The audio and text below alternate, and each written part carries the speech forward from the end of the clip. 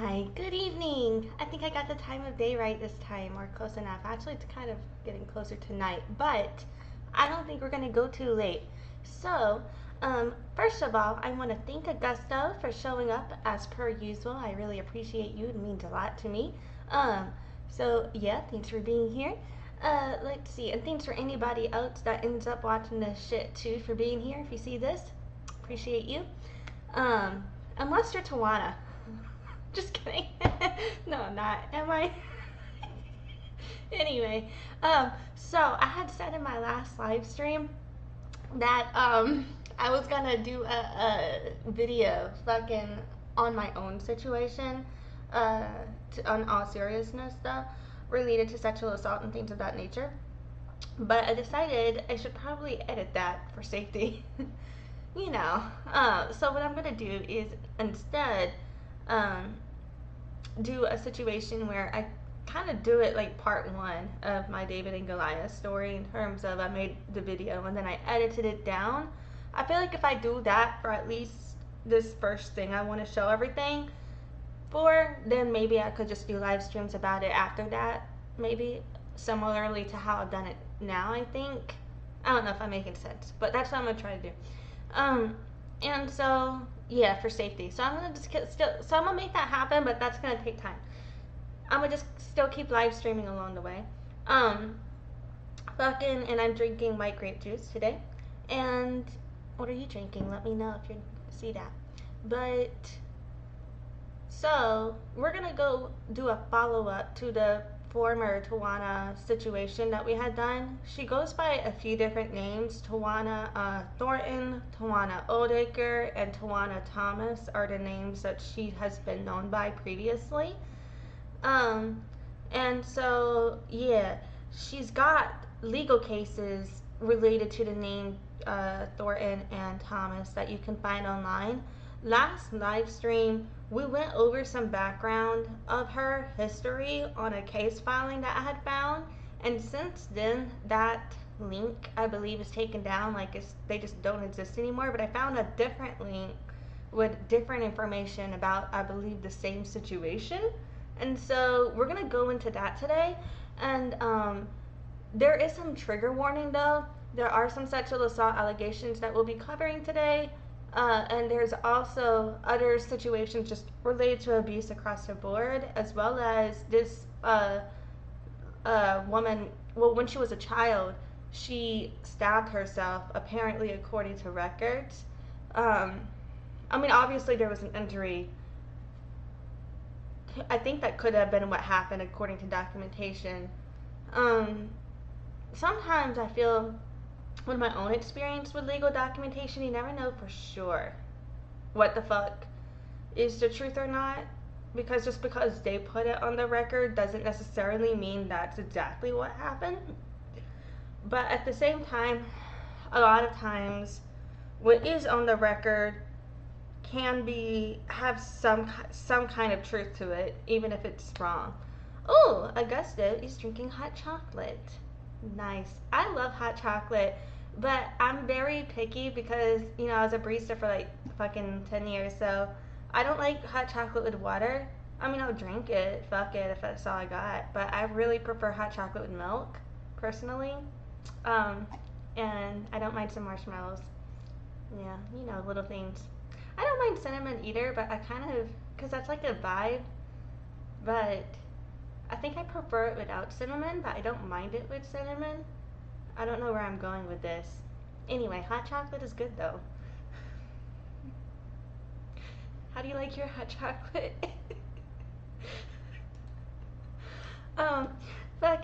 But let's see, what the hell was I saying? Oh yeah, so what we're gonna do, I'm gonna roll my intro. And then I just kind of found some court records related to this situation, and we're just gonna kind of go through basically all of that, as well as a few other things that I kind of have thought about or found along the way. So we will be covering, a couple the trauma warning that I had just said, with the stabbing situation. We will be covering that, and we'll also be covering some other shit too. Some of it isn't as dark. It's just kind of like, well, this might explain how she got here. But you know what? Before I do all of that though, I'll roll my intro, and then before I cover all of that, I'm gonna just do what I can remember off the top of my head, a quick recap of last live stream on her, and then we'll get going from there. Alright, I think that's my game plan. Okay, I'm gonna roll my intro, and then we're gonna do this bitch. Hi, my name is Alexis, also known as Lexi or Deaf Child. I was born deaf, hard of hearing. I began doing business as Deaf Child 2013, marketing 2011, sales 2009. I've earned 50 plus certifications in marketing and sales. My Bachelor of Science from Loyola University, New Orleans, with a music industry studies major and a business administration minor. Deafness runs in my family genetically. Speech is not fully accessible to me. Anyway, I'm here to bitch about whatever the fuck is on my mind. So here we go. Visit my site at noladeafchild.com. Okay, so recap. Last live stream, we covered a couple of things mainly about Tajuana Thornton. We covered the Gerkes couple situation. I think if I remember correctly, their name is spelled Gerk. I can't remember if there's an E or not after that, actually. I think, but something like that, you know. So they were a couple that basically Tajuana had convinced them to let her stay with them, according to the records, if I remember correctly. And it's all in the last live stream we did, which I linked in the description of this video. And fucking, yeah. Oh, Augusto said he is sorry for interrupting, but also he likes it with milk too, and will carry on. Yes, okay, that's the good shit. Alright, there's nothing wrong with water when that's what you gotta do, because desperate times, my friends. But, you know, it's just way better with milk. Anyway, fucking, yeah, what the hell was I saying? Shit, hold up, I'm gonna scroll up on this captioner if I can. Does it let me scroll up? Actually, I don't think this one does. Huh. Or if it does, I haven't figured out how to do that yet. Interesting. Okay, so apologies. What the fuck was I saying? Oh yeah, I'ma just, you know what, keep going. Oh yeah, I was talking about the Gerkes couple. That captioner got that wrong. The Gerk, I think, or E or something, maybe. I don't know how to spell it, but something like that. That couple, and so she had convinced them to let her stay with them. She basically ended up, I believe if I remember correctly, stealing $5,000. I forgot how she did it. So I'm not gonna say how. Go see the last video for sure. And yeah, fucking, I don't know. I think that's it pretty much on that story, kind of in a nutshell. Like, there's more to it, obviously, but that's what I can remember right now because I have the memory of a goldfish. And then there is fucking, fuck, I thought I remembered it. Shit. Oh yes, the case that got that's no longer, the link is no longer available for this fucking case that I had shown in my last live stream, but my recording of it and what I read from there is in the last video, so that's there still. But that link doesn't work anymore, if I'm correct. But anyway, that case, I believe we're gonna go into it. If it's the same case, if I'm not mistaken, we're gonna go. I found a different record on it, and that's where the story is where she stabbed herself, and there is domestic violence allegations and sexual assault allegations in that story. So yeah, so I think that's kind of it in a nutshell. That's basically what I went over in the last live stream. I think there's a few other records that I had found and went over in there as well, but I can't remember them off the top of my head. But all of that is in there.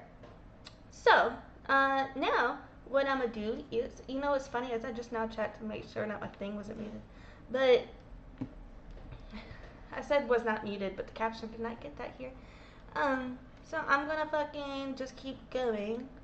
So, I don't want to show you the addresses if I can help it. Like, sometimes I forget to be mindful of it. I don't even intentionally show it, but I don't know, sometimes I feel like life is hard. But so what I'll do is pull up the record so you can see for yourself what we're covering. Then I'm gonna take it away real quick, scroll down past the addresses, and then pull it back up for all of these types of records if I can remember to. So the first case we're going to go over is the 1999 case related to Susanne Thornton versus Rodney Thornton.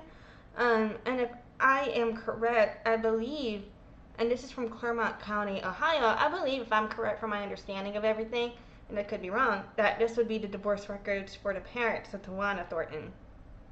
And we'll see throughout the past records from my last live stream, as well as the other records in this stream that we'll go over combined.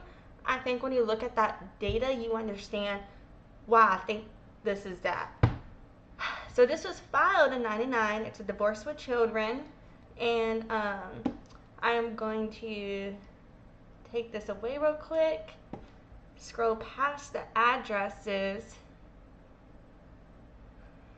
and then bring it back up.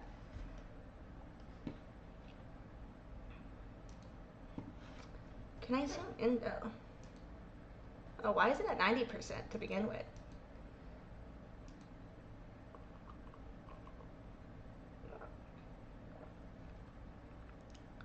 So, what we know, there was a complaint, and I've got some white grape juice I'm fucking drinking. I should get my life together. We've got a complaint for divorce with children filed. And this is a classification form filed. Also, I've been sick, so that's why my voice may not sound the same. Let's see, but I just kind of had found certain things, and so I really wanted to do an update on this situation based on certain things happening, you know. But let's see. So we've got a classification form filed. There's a motion and affidavit for temporary orders allocating parental rights and responsibilities, support, visitation, spousal support, or household expenses without oral hearing with attached notice filed. And these were everything that I'm saying so far. I'll tell you when the date changes, but so far all of this is filed, from what I can tell, February 19th, 1999. And we'll talk about how it's all related and connected in a two shakes of a lamb's toe. I just almost knocked my phone off my desk with my elbow somehow. So yeah, fucking, where was I? Shit. Life is hard. So, after the responsibilities, visitation, spousal support thing, there was another worksheet filed. And then there were some other affidavits filed. One of them I don't understand, and I'm not going to even, maybe I should look that shit up. Fuck it. Let's look up section 3109.27 of the Ohio Revised Code. What is this? Okay, there is none of that according to this. There's a similar one covering processing charges for child support orders. Maybe it's no longer in order or some shit. Or maybe it was just put in wrong. Like that should be a 1. If that was a typo, that would make sense. Because it outlines the processing charge for issuing a modifying a child support order. So that's interesting. So they were trying to modify their child support. And there's another affidavit of income, expenses, and financial disclosure. So I'm assuming this might have been related to, getting money and shit. That sounds basically like it. And then, let's see. Clerk's fees for indexing and docketing. The new court case. And then there was a per page fee, of course. That looks like what the charges here are. Oh, hope you feel better. Can tell. The Duffy voice. Rest more later. Yes. I'm definitely going to do that. Definitely going to do that. Yeah. Let's see. And sometimes being deaf, when people say, let's see, my name is Lexi, and I'll be like, yeah, what's up? And they're like, I'm not talking to you. And I'm like, oh, yeah, that makes sense. Okay. I wonder if hearing Lexies have that problem though.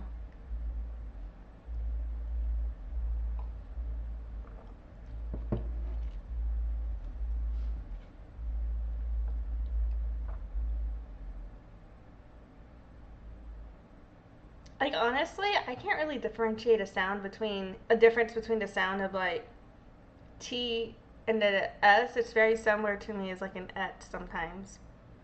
Like the combination of a TS and then an X. I don't know. But I know it's different, but it's similar.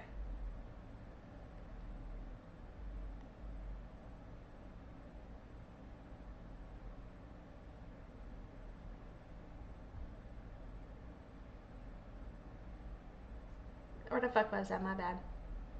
Life is hard. See, I told you, goldfish. Or like Dory from Finding Nemo.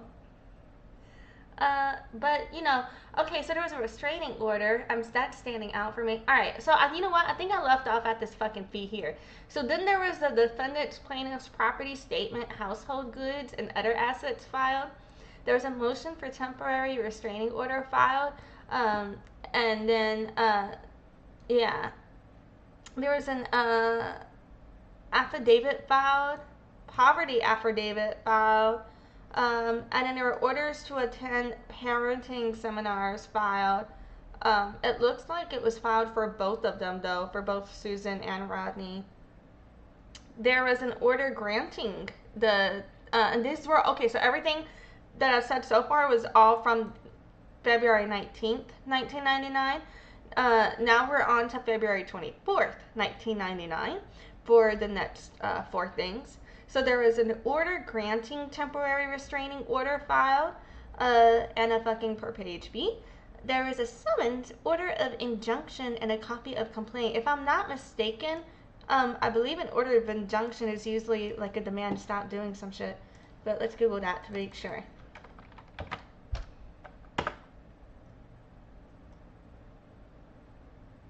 Yep, so you can or it can be either to stop or do something. So apparently, something like that. I'm gonna come back to that Twitter thing, or X. I can't bring myself to call it X. It's Twitter. Fucking, I'm too millennial for that. It's fucking Twitter. Anyway, worst fucking branding shit I've ever seen. I'm still annoyed about it.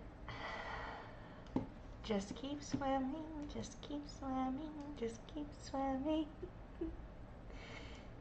Yeah. So we were in February 24th still, after the order of injunction, there was a service for summons for divorce with the order of injunction attached method by certified mail. And this was sent to Rodney Thornton. I didn't realize addresses were here, but it's too late. We're here now, so hopefully this doesn't get taken down. I don't know, but we'll see. But if it gets taken down, we all know what happened. I showed addresses, y'all. Oopsie. But I didn't mean to. I didn't know it was there. I thought I skipped past those. Life is hard. Maybe I should, like, redact these things in the future, but we're here now. But it's all public record anyway, so why would they make this public and why wouldn't they redact it for us? Like, I don't, anyway. So that's just, okay, so apparently they, on March 1st, 1999, they acknowledged a successful service method, so he signed for that shit. And then March 12th, 1999, there was a motion for temporary restraining order filed. There was, I thought there was already one. Or is this like an escalation thing? No, there was already one. Because I know like in Louisiana, like, there's like, first you get a temporary restraining order before you get a permanent one. There's like different levels or whatever. I don't really know too much about what they're called. I don't remember that shit, but I know it's different. March 12th, 1999, there's an affidavit filed for the copy or some shit. I don't know. Did I just say that? And then there was also a notification form filed. And then there was a motion and affidavit for temporary orders allocating parental rights and responsibilities, support, visitation, spousal support, or household expenses without oral hearing with attached notice filed. And then there was an answer and counterclaim as well as a worksheet, both filed. but separately. And then there was an affidavit of income, expenses, and financial disclosure. There was also an affidavit in compliance with, okay, they keep putting 3109.27 of the Ohio Revised Code, but we had already looked that up and it didn't exist, but there was a 3119.27. The first time I thought it was a typo. Now I'm like, did these bitches not know the code, or did it just change and that used to be the code? Who knows? And the captioner does not seem to be working again. I don't know why it does that sometimes. And then I'm like, okay, I gotta refresh this shit.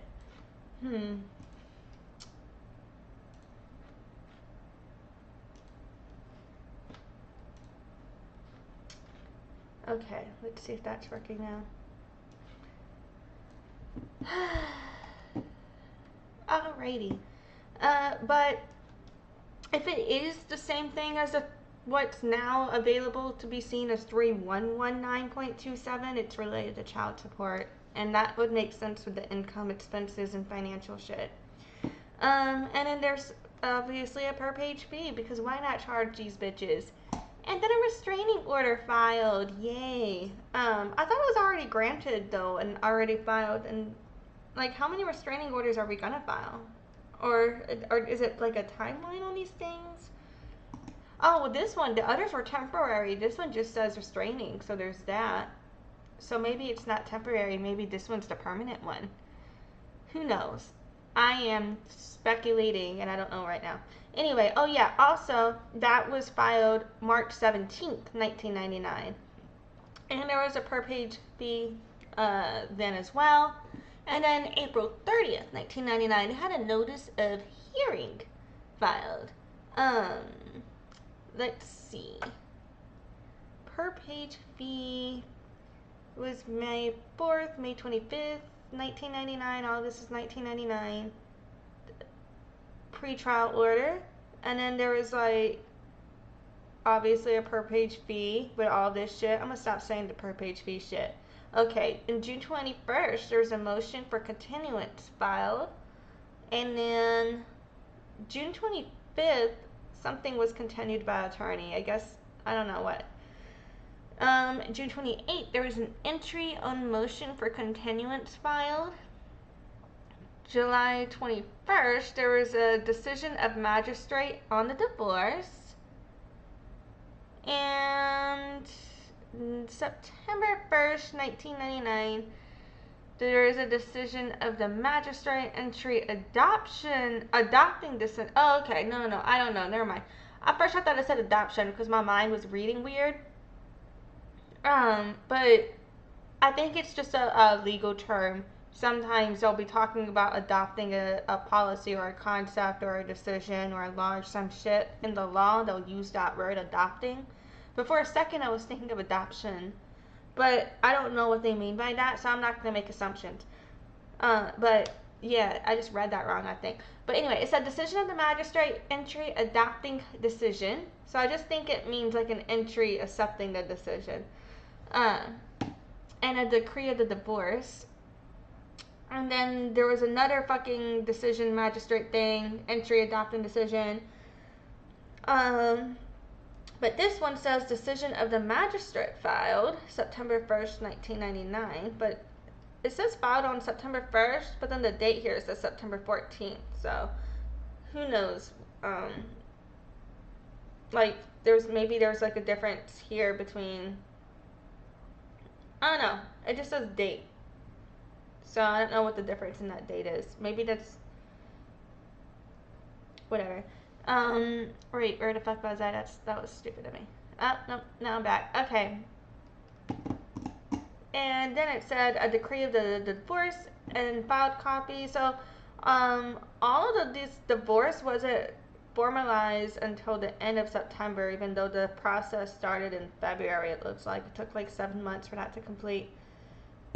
I know. Augusta said that's a lot to happen in a year. Yeah, divorce, especially with property, assets, or kids, are usually complex. But if you ain't got any of that shit, they could be simpler. I think, if I'm not wrong. But yeah. But then, usually, sometimes with a lot of cases, you know, when people get married, they can't even afford to get divorced sometimes. Or they could, but like, if they did, then they would be dividing assets, and they don't want to divide the assets. I've seen that in my own life, personally, with couples that do not want to fucking be together. They're just like, and I'll be like, why even stay? Every time they explain it to me, I'm like, oh, so it's about your shit and your money. Got it. Okay, well, whatever. Have a happy life.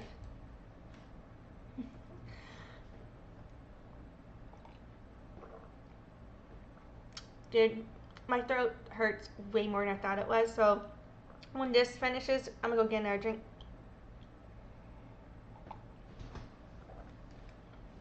Okay, where the fuck was I, Marco?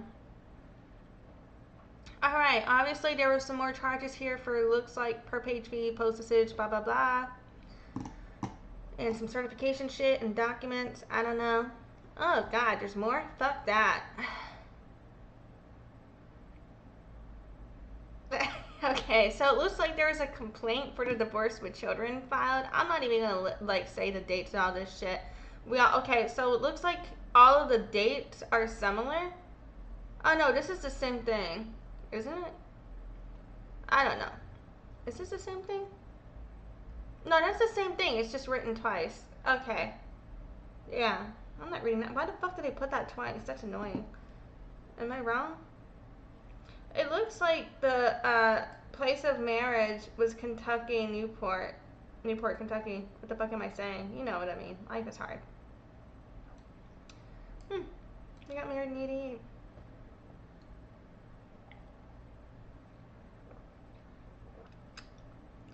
But if you're getting divorced with a restraining order for abuse, isn't there a different reason you can put for grounds for divorce and dissolution other than incompatible? Or is that just like legally what you're supposed to put? I don't know. Alrighty. So I'm going to try and sum up that clusterfuck real quick. Basically, it looks like a contentious divorce was had because a restraining order was filed.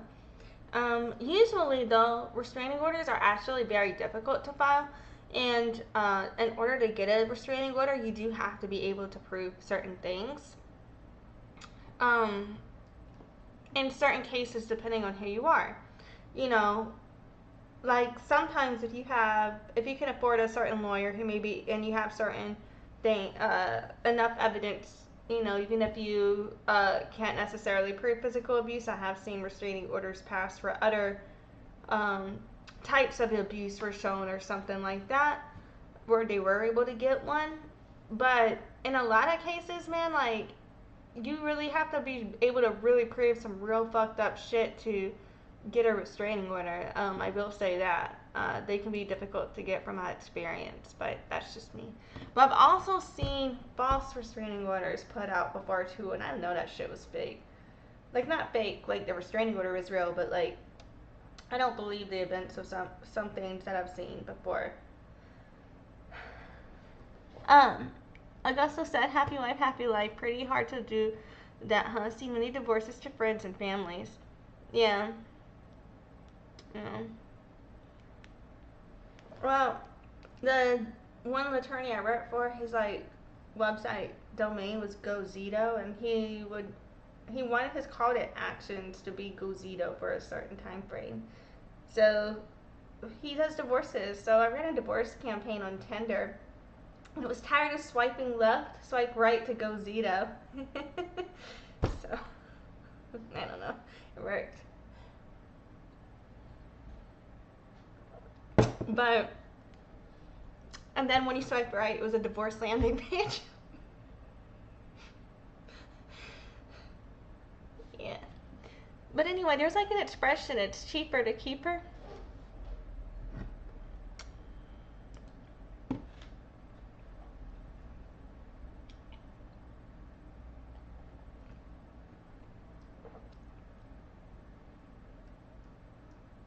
Okay, I got distracted, but is this the same fucking record? Why the fuck are people contacting me right now, man? Okay, that's the same fucking record. Alright, let's move. Oh, wait. I was gonna summarize that shit. Yeah, did I summarize that shit? There was a good. I think I did. Close enough. A bunch of boring ass paperwork was filed. We don't know what happened. We can just see basically the filing. So, I'm not going to make assumptions about shit I don't know, but I just assume it's contentious because something has to be fucked up for a restraining order to be filed. So I think I can say that, you know. That doesn't sound like a happy divorce. But yeah. Anyway, and it looks like there was mostly some back and forth about formalizing documentation to arrange child support. So based on other information that, you know, as I've shown before, where we put it all together, I think you could see why I think those are her parents. But yeah. So, and again, that paperwork was mostly filed in 1999. So next up, also in 1999, we're going to go over the state of Ohio versus Rodney Thornton. This was filed July 26, 1999. The action was related to aggravated menacing. I forgot if there is a address shown, so let me just scroll down. There is an address shown. Let me scroll past it. So, the charges here. So, it looks like charge number 1, if this is the same person, if I'm correct, you know, as the divorce proceeding, we got a first degree misdemeanor aggravated menacing, is the indicted charge, and this was, of course, obviously in Clermont County as well. And it looks like, it says here that it was dismissed on October 18th, 1999. We also have a second charge here. It's first degree misdemeanor violating protection order or consent agreement. And we do know that there was a protection order in place from that fucking first divorce thing. Augusta said, people keep contacting me, you're popular. I'm like, it's not even that I'm popular. It's just that, well, which I'm happy to help people, so this isn't complaining. Some of the people want me just to do some free work for them. Some people want me to do work for them and they want to pay me for it. But, and then some people, it's not about work, it's about a bunch of other shit. You know, I accidentally slipped and fell into some group chats. Yeah, things like that. And, just life, family. There's always people contacting me for something. I feel like when you get to a certain, like, I don't know, I've lived in a lot of places, so I've met a lot of people. And then, just by the nature of my identity, I'm in a lot of communities. Oh, I totally muted myself. I meant to take the chat away. Okay, so, it looks like he violated the protection order that was filed against him. If this is correct or upheld. Oh, it looks like that was dismissed as well. Typically, it would only get dismissed, if I know correctly, if he could prove that he actually either didn't violate it, or if he could prove, that she was trying to violate it too. But if that was the case, they don't typically. Is this doing it again? Yeah, it looks like they, yeah, I don't know.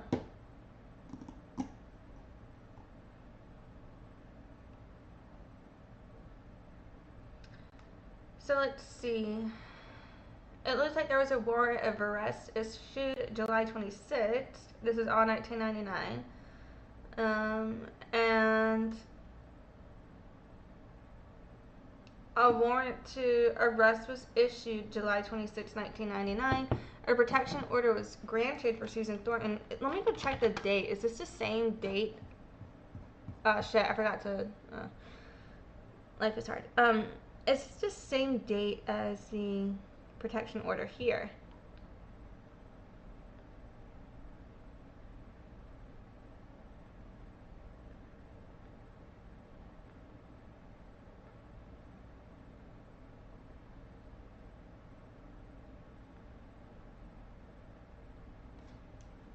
So it looks like the restraining orders were filed in March and in April here. And then it looks like one was granted in July as well here. So I'm confused about the difference also. What is the difference between a protection and a restraining order?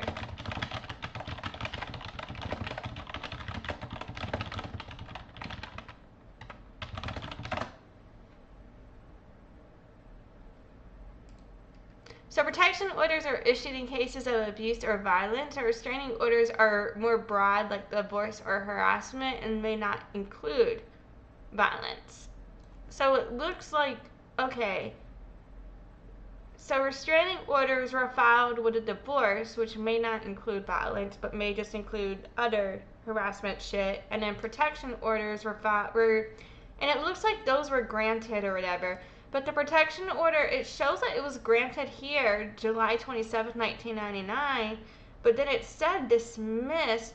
Oh, it said that the fact that he violated it was dismissed above here in October. But it had been filed in July. Okay. So after she had put the temporary restraining order on him, the same year, like within months, a protection order was granted, and that only happens for physical violence. And then, yeah. And then it shows, you know, basically there was a bond posted for $4,000, and so he was discharged, but he had to show it for an arraignment.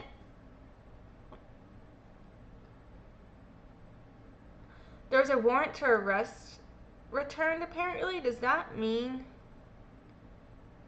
that he got arrested? I don't know. But then it says discharge, warrant to discharge. I don't fucking know. But then he pleaded not guilty. What the fuck is wrong with me? Let's see. And it looks like it got dismissed.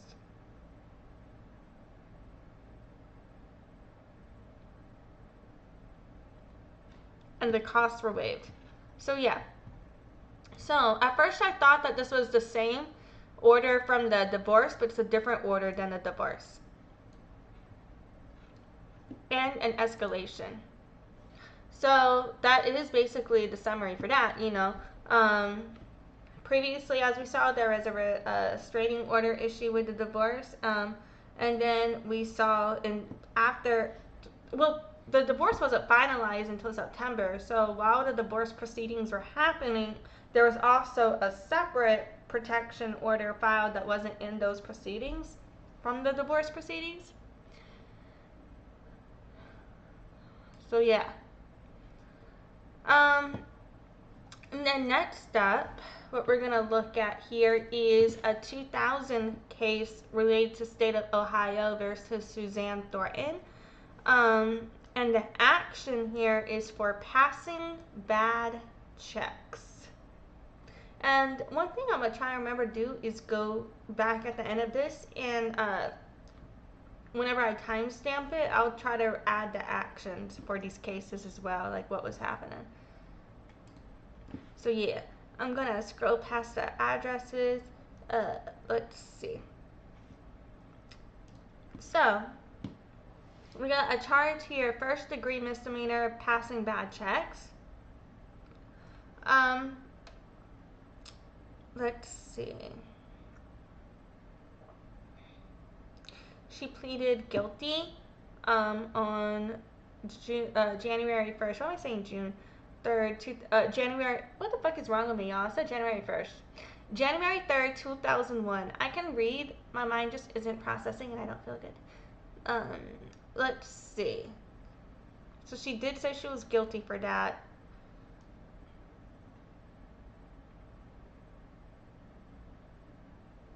And apparently it says traffic and criminal, so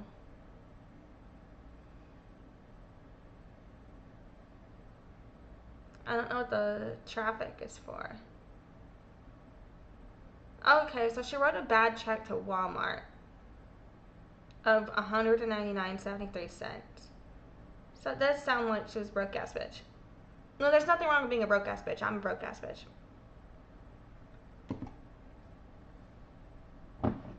I don't cash bad checks, so.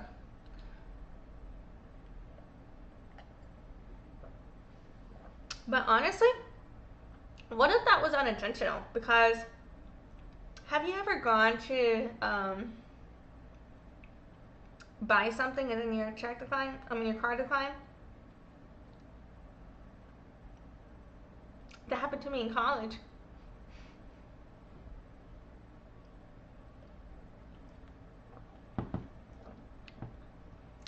And I always check my bank account ever since. No, but actually, like just you can never be sure, because like something came out of your account and you forgot about it. But yeah.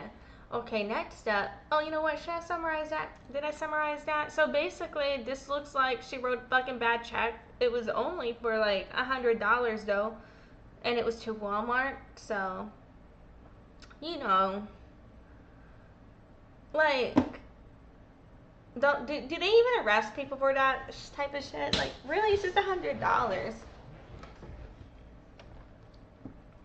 Does she have to go to jail for that? I feel like that should be like or it says traffic court misdemeanor, so maybe it's like going to traffic court and she didn't even have to go to jail. Because I don't feel like you should have to go to jail for that. It doesn't say that. It doesn't look like. Oh, well, no, it does look like a warrant for arrest was issued, so maybe she did go to jail. That sucks for her. Yeah, she definitely went to jail looking at that. So, yeah, she went to jail for just issuing a bad check to Walmart for about $100. It does show financial destitution, in my opinion. Is that the right usage of those words? Who knows? We're here now.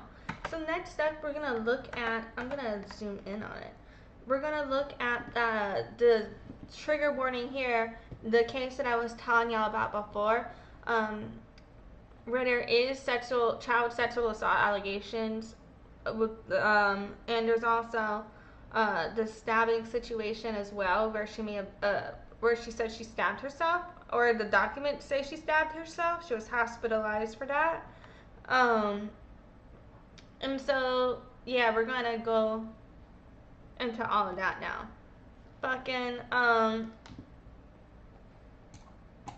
But, so this article from Case Mine, it says, defendant appellant Susanne Thornton appeals a decision of the Clermont County Court of Common Pleas, Juvenile Division, granting the motion of appellee, Clermont County Department of Human Services, CCDHS, for a planned permanent living arrangement, PPLA, for appellant's daughter, Tajuana.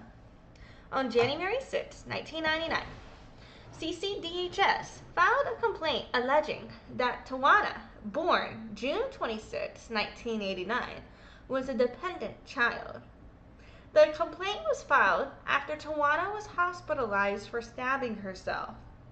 It indicates that appellant's mental state impaired her ability to parent at the time, and that Tajuana's father was out of the home and could not be located.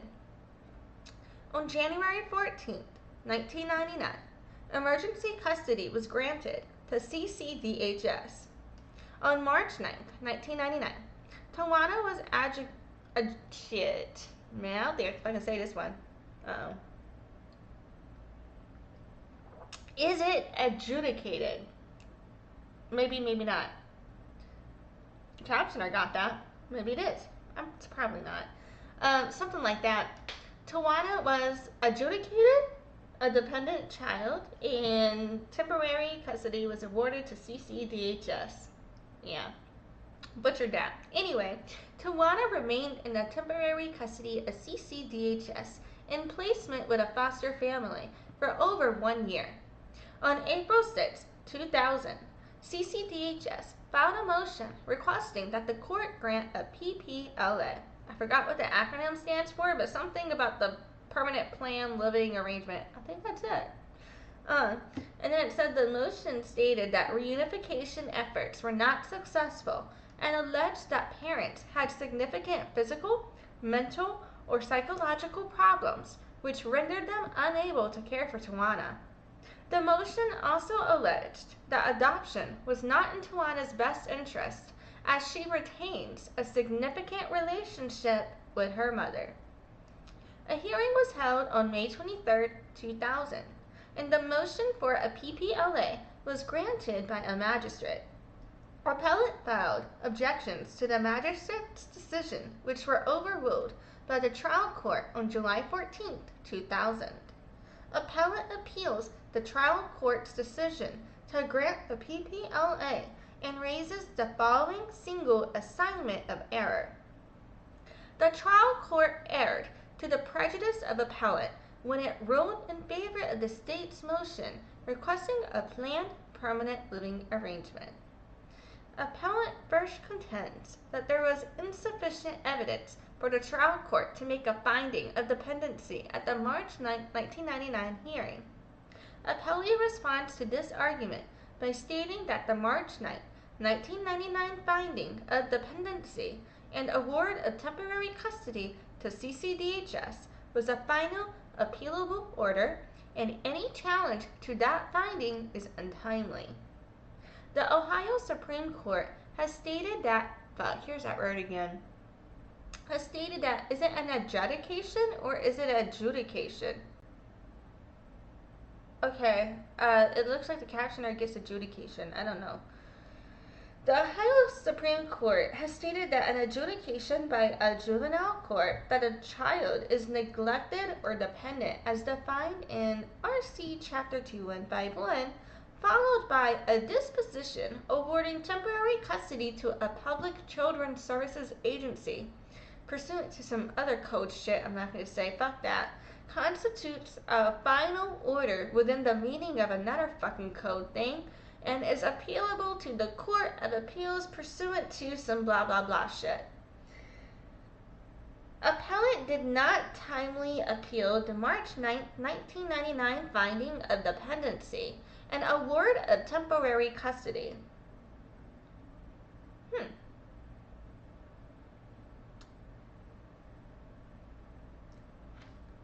So this is in March 1999. The divorce was happening between February and September 1999.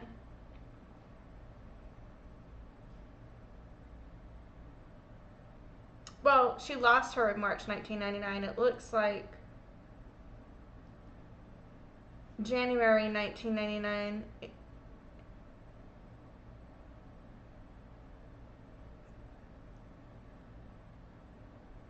Was I believe based on this verdict perhaps when she was hospitalized for stabbing herself, if I'm not mistaken.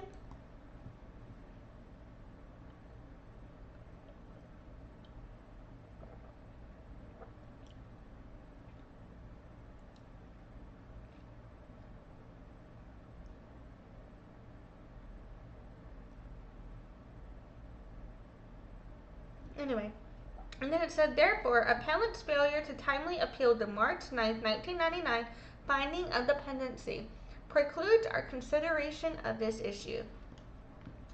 So basically they're like, you didn't file this shit in time, so therefore we can do what we want. Oh, god damn it, I just realized the captioner's not working again. How long has that been happening? That's unfortunate. Life is hard. Anyway. See, this is why I have the both in play. I'm like, between one and the other, one of these bitches has to get it right, damn it. So there's also the other captioner. Hopefully that works. And then each device, we got our own. Alrighty. But, yeah. I'm just going to keep going because I believe I was reading what was on the screen, but,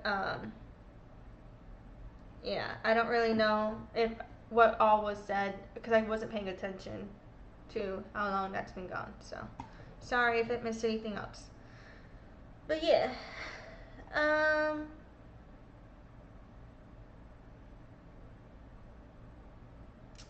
so then it said, appellate next argues that the trial court's decision to grant the motion for a PPLA was an abuse of discretion.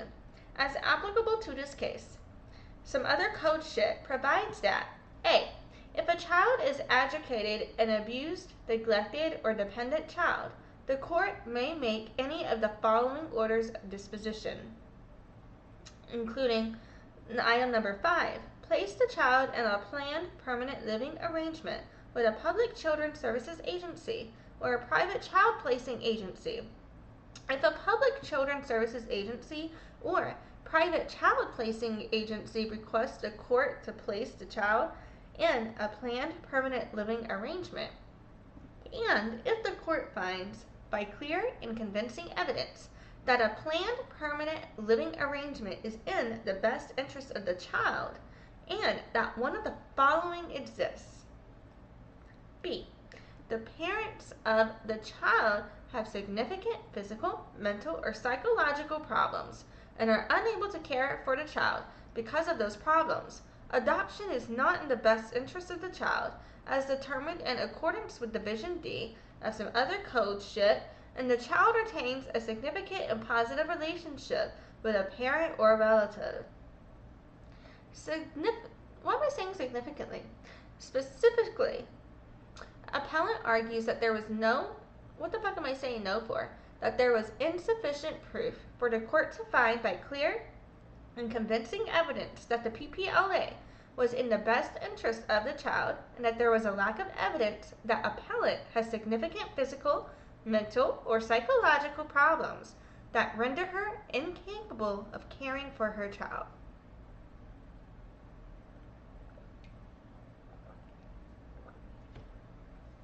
The evidence presented at the hearing established that although a case plan was developed to prepare for reunification, appellant has been less than diligent in following through with her scheduled appointments, counseling sessions, and classes.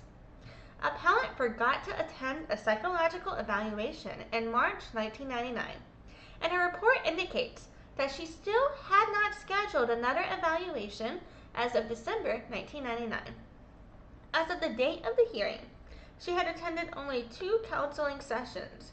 A report on the case plan from May 23, 2000 indicates that mother states that her emotional mental distress prevent her from responding to Tajuana's needs. Which, she just said that there was no proof for the court to find that she had significant mental problems. But here she's saying that her emotional distress prevents her from responding to Tajuana's needs. I don't think that's going to help her case. Or also, I feel like those are contradicting statements. Maybe I'm wrong. But anyway, and it says, appellant was given a provisional diagnosis of adjustment disorder with depressed mood.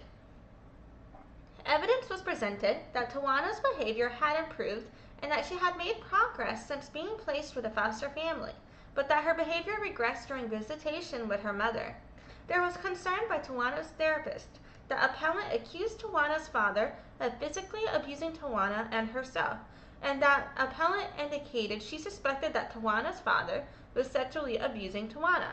The therapist terminated joint counseling sessions with appellant and her daughter when she discovered that Tajuana's father was back in the household. Appellant had to go back to supervised visits with her daughter after this occurred. Considering the evidence presented, we find that the trial court did not abuse its discretion in granting the motion for a PPLA.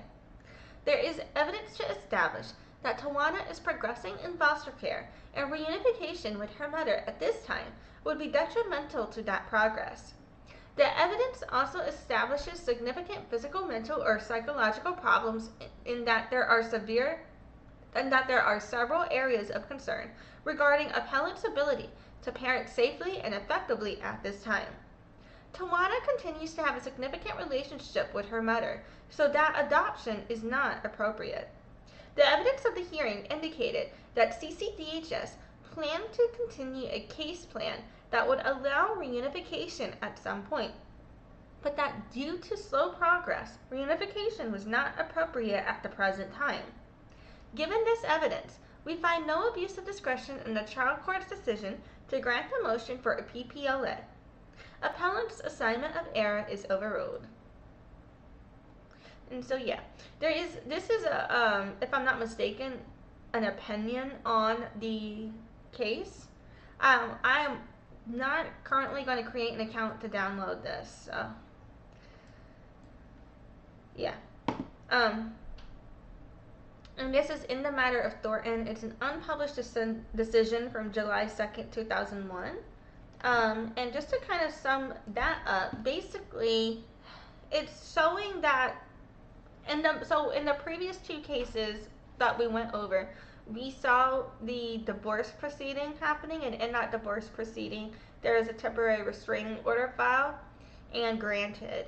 And then we saw in the second proceeding, the father was accused of violating the protection order, but that accusation was dismissed.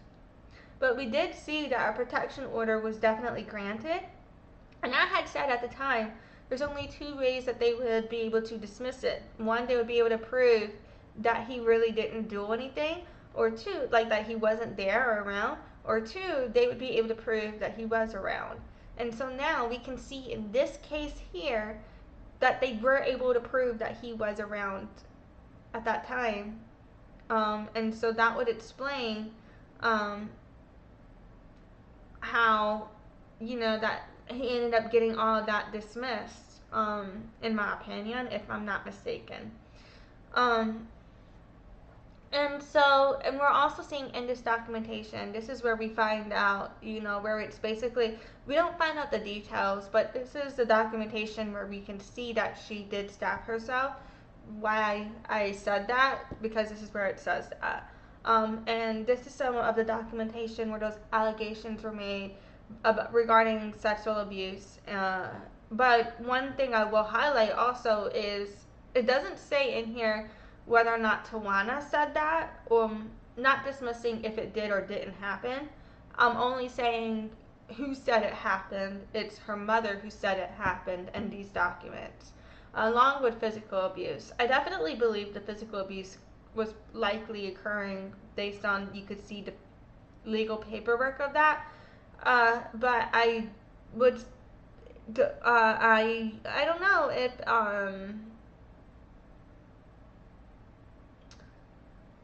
because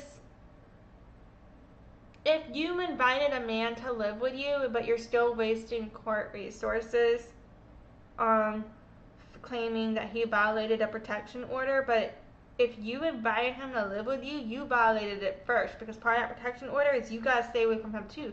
And when you get protection orders and restraining orders, they're really difficult to get, but if you are able to get them, if they can show that the person who put the order out on them was the one trying to instigate or approving and being a part of getting together, that's like, in my opinion, that just throws it all out. Like, it can be very difficult to get another one again after that.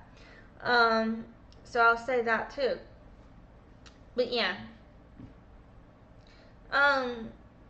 So basically what we could see also, there was something that stood out to me, Tajuana's mom was claiming that there was a lack of evidence that she had any mental problems or anything like that rendered her incapable of caring for her child.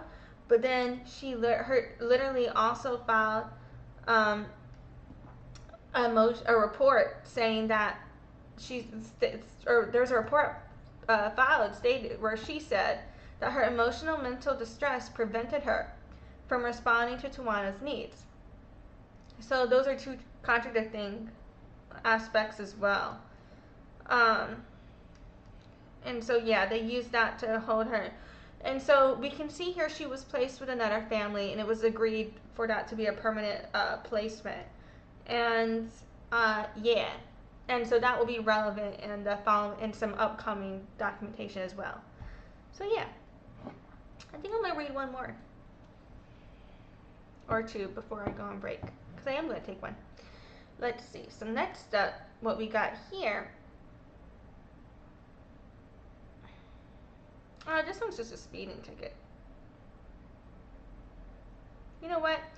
I had put up a speeding ticket in here. I didn't realize it was just a speeding ticket. I don't know. I don't care. I'm gonna probably take, that's currently in the description, but I'm not gonna cover it, and so I'll probably take that one out, because I'm not even gonna cover it. I'm trying to stick to situations related to what I believe could explain the situations that happened with the legal case from part 1. I'm not trying to go into every single thing about these people. So, but yeah. But anyway, so here's another one that we're going to go into instead.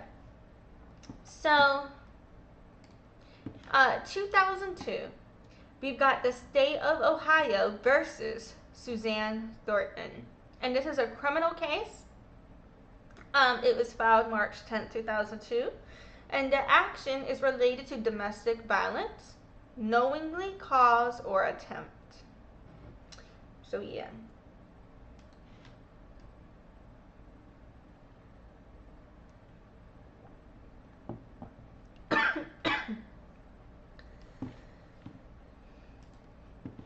So the party charged is Susanne Thornton in this case.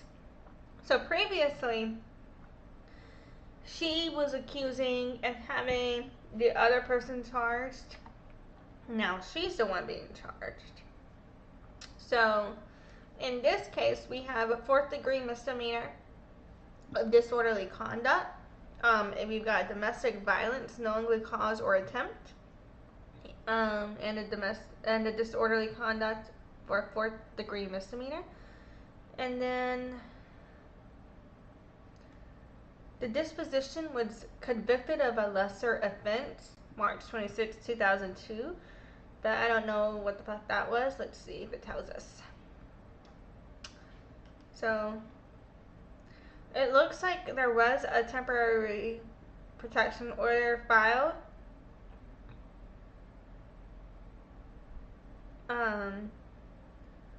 But I don't know who the other party is. It did look like she got arrested and went to jail, if I'm not mistaken, from all of this. I was reading every single thing that was filed that happened. But I'm just skimming and scamming right now this time on this one.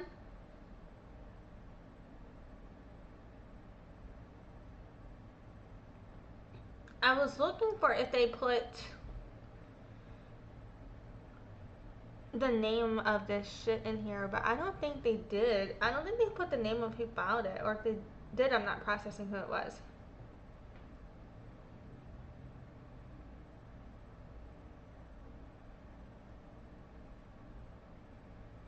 But this was filed in 2002, and we know at this time,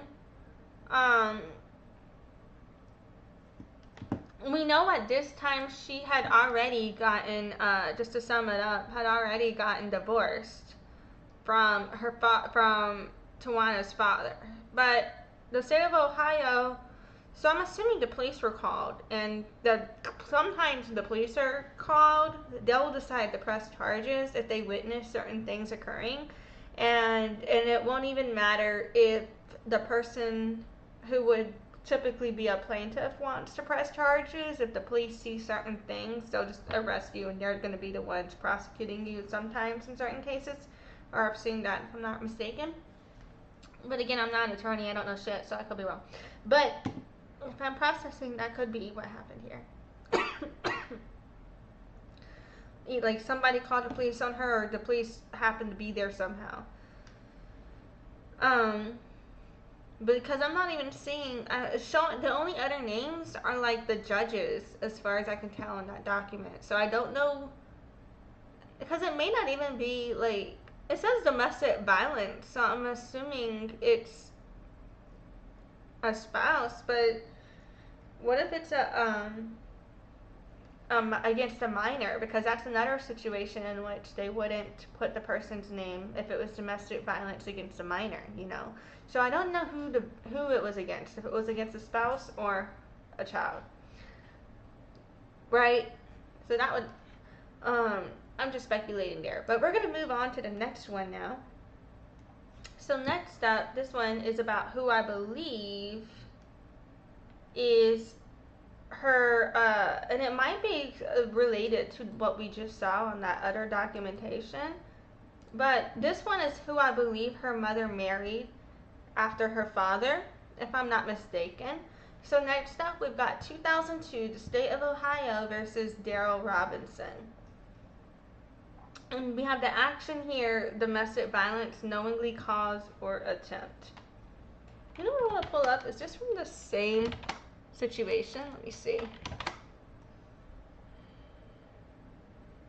No, this is from 5 months later. From 5 months later after the other situation. So I'm going to scroll past the addresses here real quick.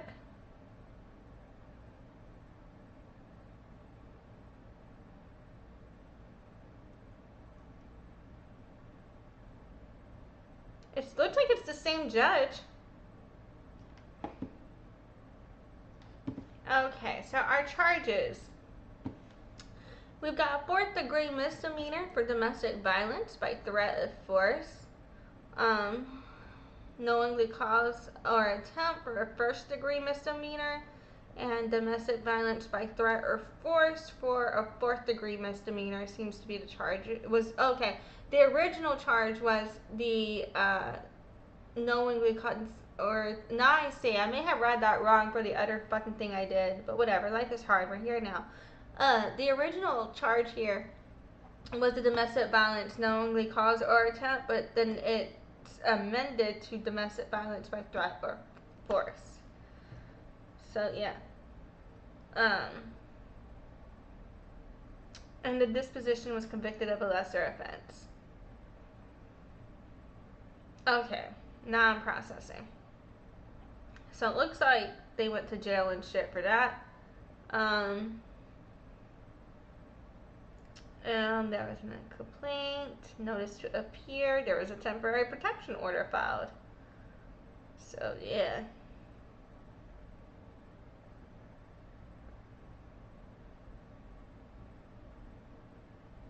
Then he was, he pleaded not guilty. He was discharged, he got out of jail. The temporary protection order was withdrawn at the request of Susanne Thornton. But the judgment entry setting the bond order, I think it may have ordered no contact with her, if I'm not mistaken. And so yeah. But a bench warrant was put out because he didn't appear for court. But it looks like that was canceled. So, and then he had another hearing for some other shit.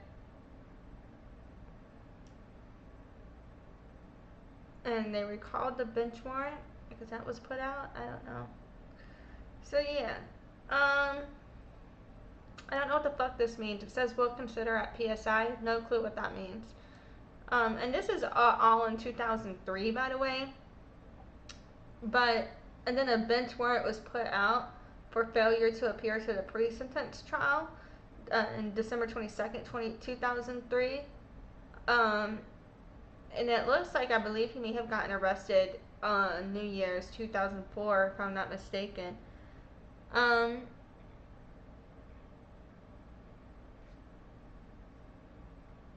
The motion to withdraw was granted because of good cause shown and motion duly made by the counsel on January 22nd, 2004.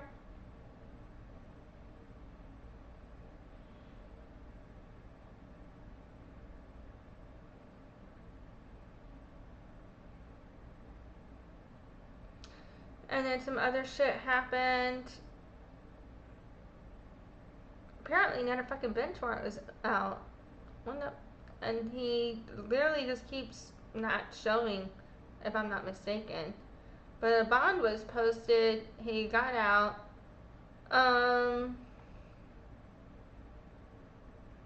Then there was a notice to appear. He withdrew his plea set for trial. So yeah.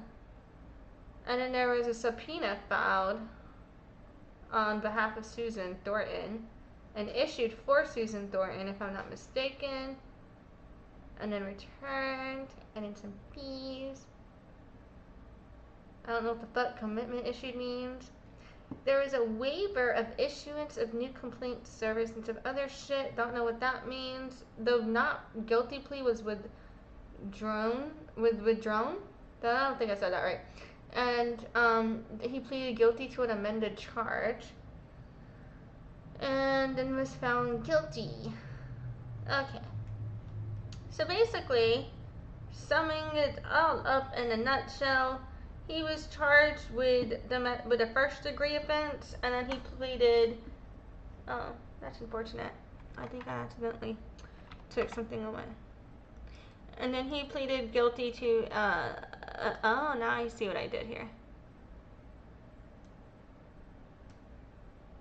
I'm sorry. I'm fucking with my OBS in the back end. You know what? I'm gonna fix this later. I don't know what the hell I just did. Yeah, whatever. Life is hard. Okay, sorry. I accidentally combined my sources where I can see all of the different files as well as my audio mixer. So, oopsie, I got distracted. All right, so to sum that up, he just basically, it looks like they're in a cycle of domestic violence here. You know, like I don't know what's happening with all of that. I don't know if that's, you know, a situation like. Because sometimes with domestic violence, from what I've seen in my own life, you have reactive abuse where it can look like one time, like there are cases where it is escalating and the person you see looks aggressive, but they're actually responding to a lot of abuse that's been happening to them. And then sometimes it could just be Darvo, like that's the abuser acting like they're not the abuser. And sometimes what you're seeing is the abuser, you know. So sometimes it's like you never really know what you're looking at unless you see a pattern of it.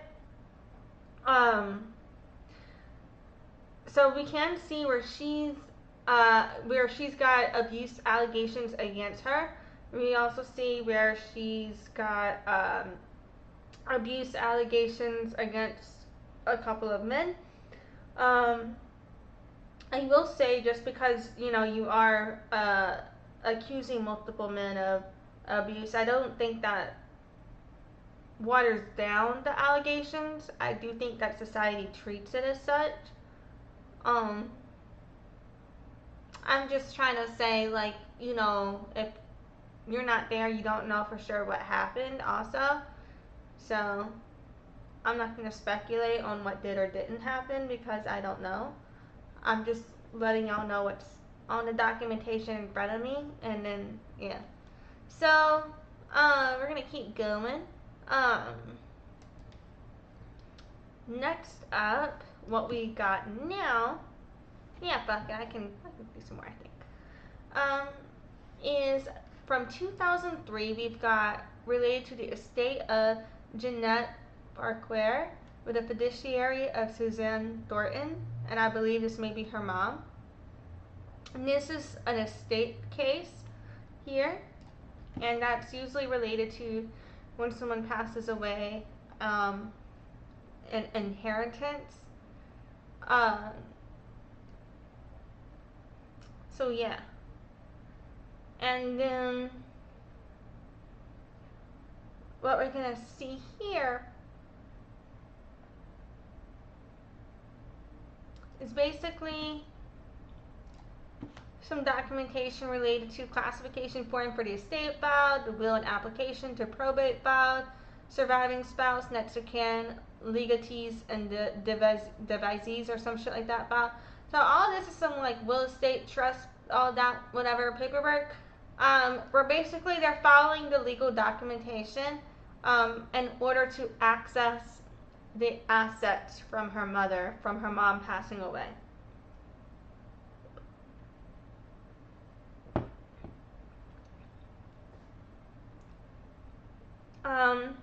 And a death certificate was filed, so this is definitely that, in my opinion, if I'm remembering correctly. I'm not going to read all of this documentation. It's a bunch of entries and orders, but it looks like we can see here an entry was filed authorizing release of funds from the depository, and this included other people you know, like it included a probate court for court costs, it included an attorney, it included something of Ohio, and something about mowing expenses, it said.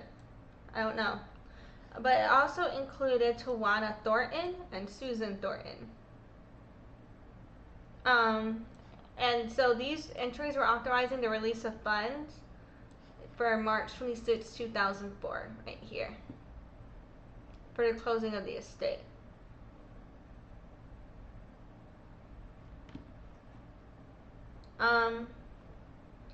And so we're going to see in Two Shakes of a Lamb's Tail also where Tajuana Thornton's mom, Susanne, files for the release of funds for her from her trust again. I don't know if it's the same as this or not, so it does look like it's from the same date. So I don't know if these records are like the same record and that's the same thing, or if that's a different record. So I don't know if it's two different allotments of money, or if it's the same money recorded in two documentations here. Who knows? You know what I'm saying? Only they do. But next up here, what we've got is from 2004 for the applicant is Susanne Thornton and Tajuana Thornton. And it's an action to deliver the minor's estate with no guardian, it says.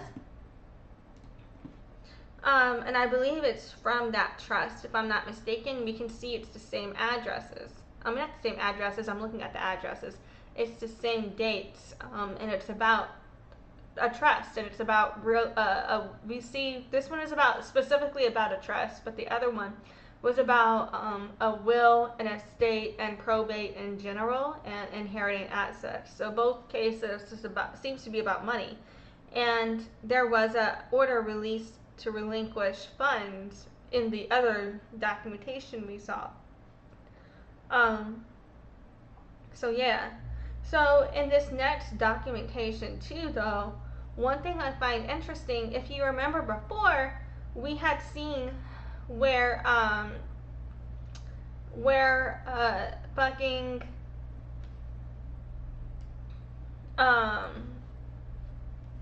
Tajuana was placed in a different living situation, but around 2000s, you know, permanently. Throughout the process of late 1999 and early 2000s, we can see where the Child Protective Services had taken her in and were putting her in placement with a foster family, right?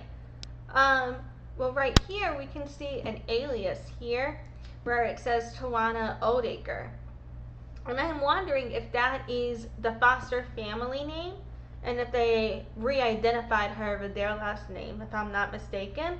I'm wondering, and the reason I'm curious as to the address on this documentation, I'm not going to pull it up, but the person for that address, if you look into it on some records, you can see that there was a man living there with the name Oldaker, and it's her address listed on this Judy record documentation where her mom is trying to access her estate funds. Her name is Tajuana Oldaker on this documentation, and it showed she was living with a guy with the last name Oldaker, and they're putting that as their name now. But when you look into the address, it's the senior center, which I find interesting. And yeah. And I had just decided to see if it was like the same person, so I had looked into that because I was trying to just verify if I had the correct person. I wasn't trying to just be like looking where people lived or anything weird, but I wanted to just like because there's a lot of people with these names, and so I was just using that just to verify if I had the correct person. But yeah. So with this document though, it's basically showing that there was an application to deliver the minor's estate without an appointment of guardian filed, and it was an entry approving fund distribution of estate assets, termination of trust, and closing estate file.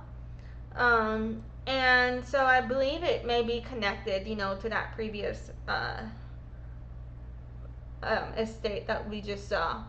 And it looks like memorandums were sent to children's services who were custodians of Tajuana, which would make sense, right? Where it says it was sent to custodians of Tajuana.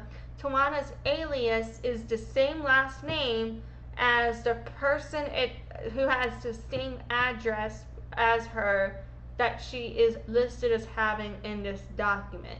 So that is why I think that would be her foster care placement, if I'm not mistaken.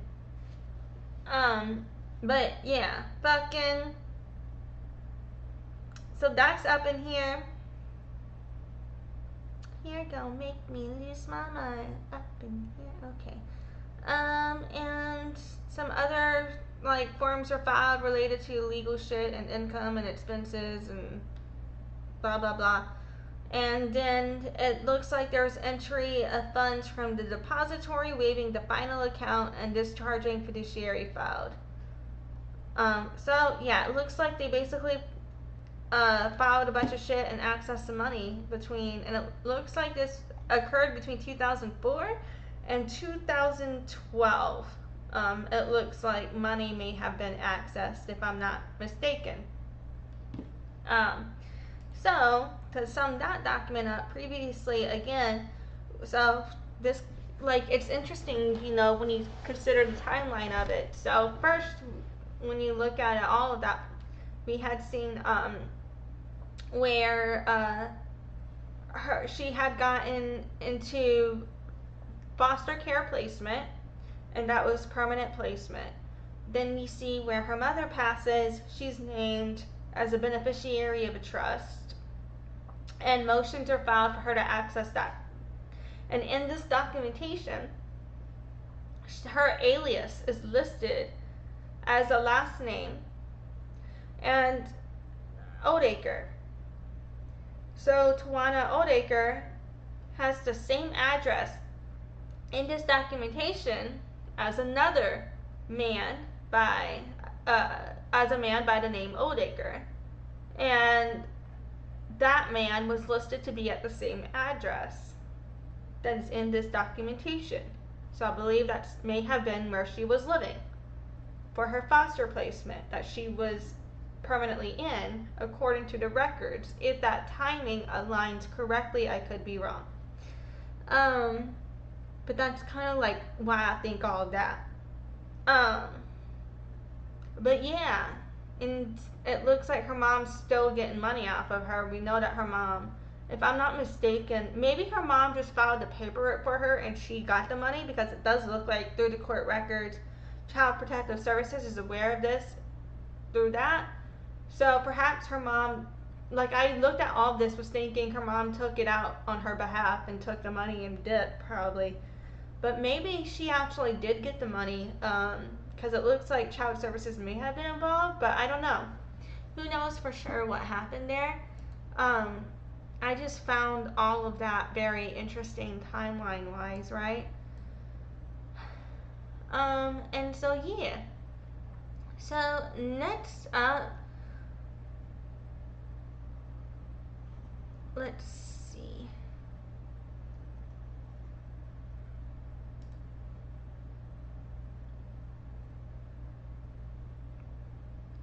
Okay. I think this is also, if I'm not mistaken, the same person. But it looks like next up we got a case here for 2005. Housing Solutions Incorporated versus Susanne Thornton. It says action, forcible entry, and detainer 1, defendant, sheriff service. So we'll see what they mean by that, because it's a civil case. Oh.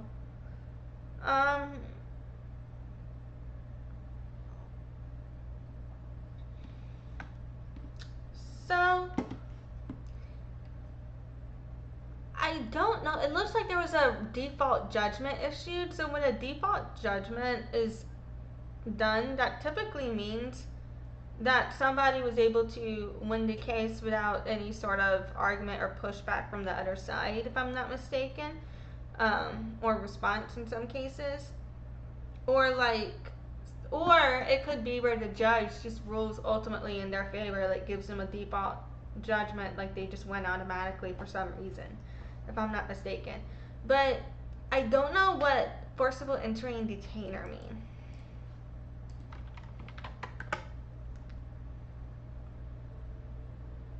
So this is a legal process for landlords to regain possession of property from someone who refuses to leave. So this is an eviction. Okay, that makes sense. So she got evicted.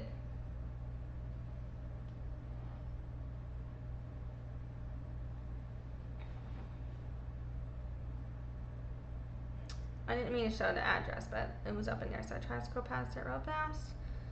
But, yeah, so we can see shortly after her mom was evicted, so her mom was definitely falling short on hard times with money. So I had said, like child services was involved previously, so I was like, maybe, her mom wasn't just taking that money if child services is involved. Maybe it's like a group effort type thing, where they're paying attention to what the money is. But at the same time, what if they're only aware of, involved in the mother passing along certain money, but her mother may still have not passed along all of it or something. I don't know. But it does look like, the financial situation there did not improve. So yeah, I kind of wanted to show all of that just to kind of go into what I believe could be the mindset behind everything related to Tajuana Thornton, as it relates to those previous cases where we looked at where she had basically, if I'm not mistaken, I think the way she stole $5,000 was from writing herself a check from their checkbook, if I remember correctly. And if so, I think that is interesting when you speak to escalation or cycles of behavior. But from what we can tell and from what we can see, it looks like, if we want to sum up all of these court records that we've gone through so far, that's what I'm going to kind of do right now, I think. So, first we saw where her mom in the divorce process was putting out temporary restraining orders and protection orders against her dad. So I do believe that could have potentially been an abusive relationship. And in those divorce proceedings, Tajuana stabbed herself. And because she stabbed herself and was hospitalized for that, if that's what happened, then, and the reason I say if that's what happened, because part of me is like, okay, I do believe it is possible someone could stab themselves, perhaps when fucked up things are happening around them, and it's like a cry for help, or perhaps it was an attempt, but it was an attempt, of killing yourself or something, something like that. But perhaps it could be something like that. But also, it's like her mom did claim that the father was physically abusive. Is there a chance that the father physically did that and the mom covered it up, or they covered it up and said it was her doing it, or do you think she did it? I don't know. Now I'm speculating. But let's just go with what the court record said. I'm not going to speculate anymore. I'm sorry I went there. But according to the court records and everything, so she was hospitalized for stabbing herself. Her mother claimed in these documents that her father was physically and sexually abusing her and them, and in these documentations, she was basically put into foster care. So then her mom remarried another dude, and it looked like the domestic violence situation may have repeated there. My captioner is not working again.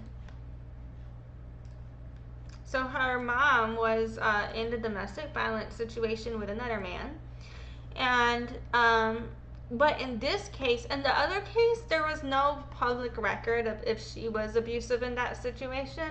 In this case, there was public record where she was charged for being abusive. If I understood the documents we reviewed correctly.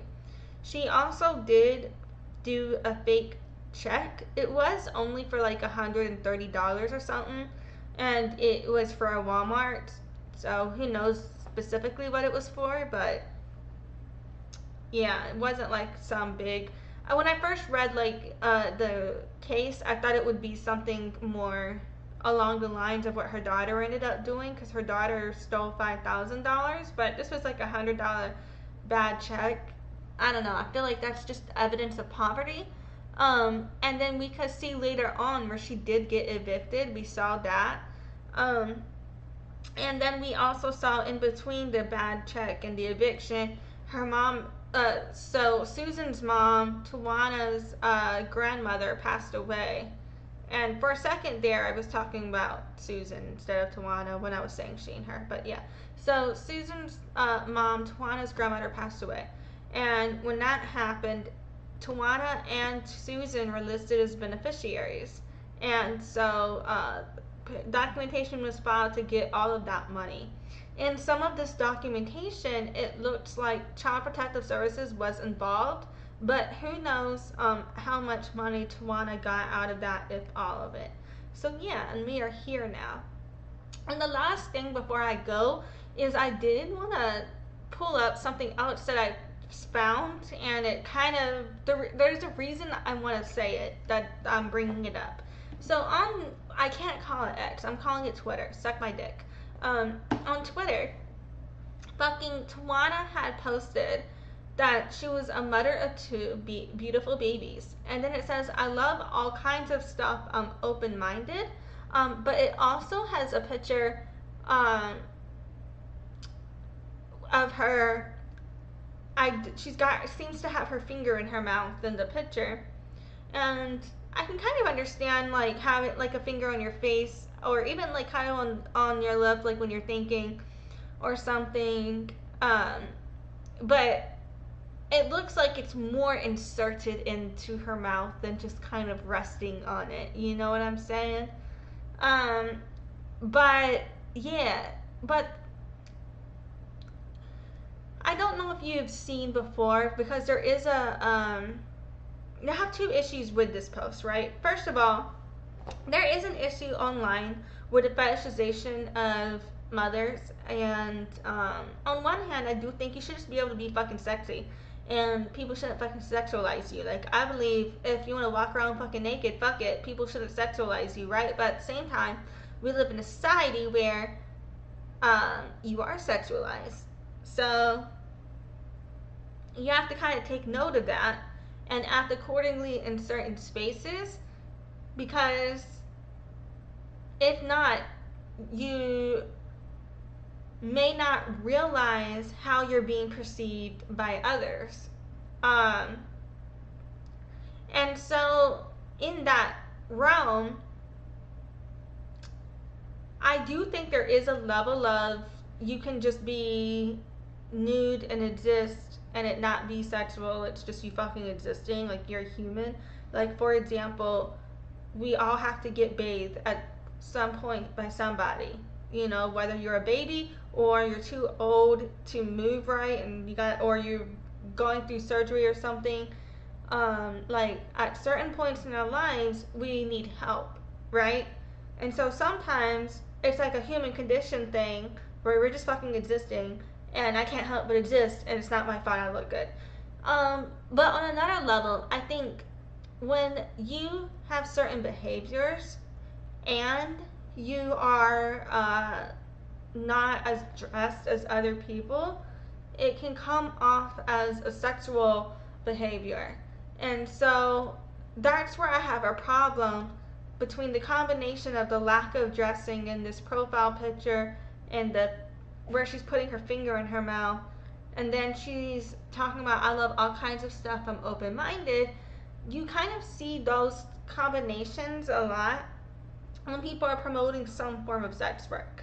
And there's nothing wrong with sex work. However, she's putting I'm a mother of 2 beautiful babies in connotation with that. And I don't like associating children with that. That should be separate. To why are you mentally going there? You know? And there is a fetishization there. I don't know. But and then I do realize that I go by the name Deaf Child, and then I will post sexual themes, but I'm not a fucking child, and I don't have actual children related to that shit. You know what I mean? And I think there's a difference, you know, between being a human being processing your life versus advertising sexual services with the concept of children attached. You know what I mean? I think there is a difference there. But yeah, anyway, fucking. And another thing is, if she's a mother of 2 beautiful babies, where the fuck are the babies, man? Where the fuck were the babies when she was staying with that couple? Gerk. That article said nothing about kids involved. I gotta go reread that shit or something. But go watch part 1 and tell me if there are fucking kids involved, because I don't remember shit about seeing kids. Like, where the fuck are the kids then? If you actually have kids. Or is that something you just kind of made up to go with some fetishization content? You know what I mean? Like, but is that not a wild thing to lie about? You know, I said I was going to take a break and I never did. But we're kind of here now. That's like the end of it. We did it. I'm not going to re-summarize all of the cases again, because I did summarize as we go. And I did do a full summary of all of the cases just a second ago. But just to kind of broadly summarize this live stream, basically what we kind of did today was follow up on the Harley Quinn, Tajuana, Thornton, Oak, something. What the fuck? How many names does this bitch go by? Yeah, Thornton, Oldaker, Thomas, whatever the fuck you want to call yourself, you know. Yeah, we kind of went over all of that situation. If I understand correctly, I believe she was born with the name Thornton. And it says that her alias was Oldaker, but it still identified her legally as Thornton. I believe Oldaker was just her foster care placement because of the address thing we saw. I think that she went from Thornton to Thomas because I know that she was married. But whatever, I'm not going to go into all of that. So I think that's how she went from Thornton to Thomas, if I'm not mistaken. But I could be wrong, because I don't know. I'm not her, and I didn't find those specific records to say for sure that that is how the name change happened. But that's what I think happened there. And so, yeah, we looked at basically the highlights of what we saw here was basically, you know, what's interesting, her mom, when she got the kids taken away, was trying to basically be like, yeah, I'm not mentally unstable. But then when Child Care Protective Services was like, why aren't you showing up for shit and doing the right things? She was basically like, I'm too mentally distressed to take care of her. But yeah, so that was kind of interesting. But it does look like she came from a cycle of poverty, and from people who weren't showing up or supporting her. It looks like her dad either wasn't in the picture at all, or when he was there, it was a volatile situation. It looks like her mom went through cycles of abuse.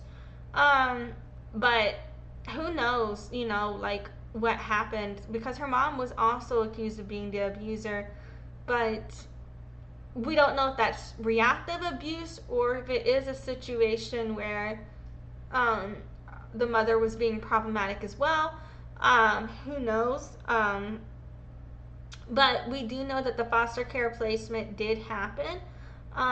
We know that Tajuana had access to a trust and an estate, but who knows how much that was, because on one level though, like, yeah, it takes, but you know, it had to have been at least something, because it cost a few $1,000s, you know, just to go through, or more, just to go through the legal process of it. So then you have to have something worth more than that to want to go through it, right?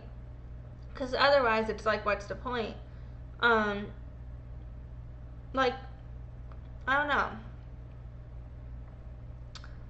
But, so who knows how much she got.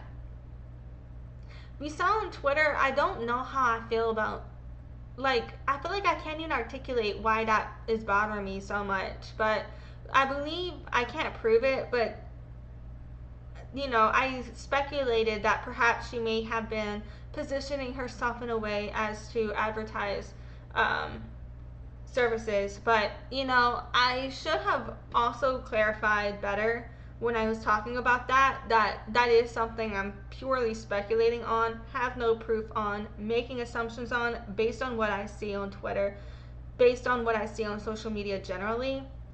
I have no proof that she does that. But I was just discussing that in context as to why the wording I saw bothered me in relation to the picture. It's not necessarily, you know what I mean, why I associated it with that. That's what I meant. But it does, I will say, like, if she does have 2 kids, where the fuck are they? But yeah, okay, I'm repeating myself. I'm a spiral. I don't feel well, so I'm gonna just crash this plane. That sounds bad. I gotta stop saying that because that's making light of people's actual trauma. I don't know why or how I started saying that or why I keep saying that, but I'm gonna work on stopping. Alright, well, I appreciate you. Thanks for being here. I hope everything works out for everybody except for Tajuana, man. You gotta work on your shit. Well, you know what? That was rude. Okay, Tajuana, I hope you actually do follow a path of, like, because, you know, I do believe it is possible to change. I do believe there's 2 types of people in this world, right? There's people who just never fucking change. Like, I know some people, they are doing the exact same shit they were doing 20, 30 years ago, and they have not changed. But then I do know some people who do change. So I hope you do consider changing. But if you don't change, then I think you kind of suck. But, like, that's just based on what I understand from the information. So, yeah.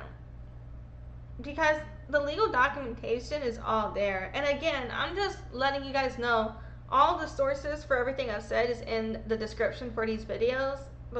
Everything that I've shown, there's legal documentation for.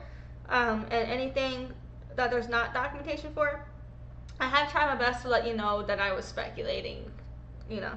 So yeah, alright. I'm actually ending now. I talk way too much. This is boring. Anyway. Or is it? Who knows? Alrighty, bye. Thanks for watching. Join the loyalty program at noladeafchild.com/loyalty and check in during live streams to get points for rewards.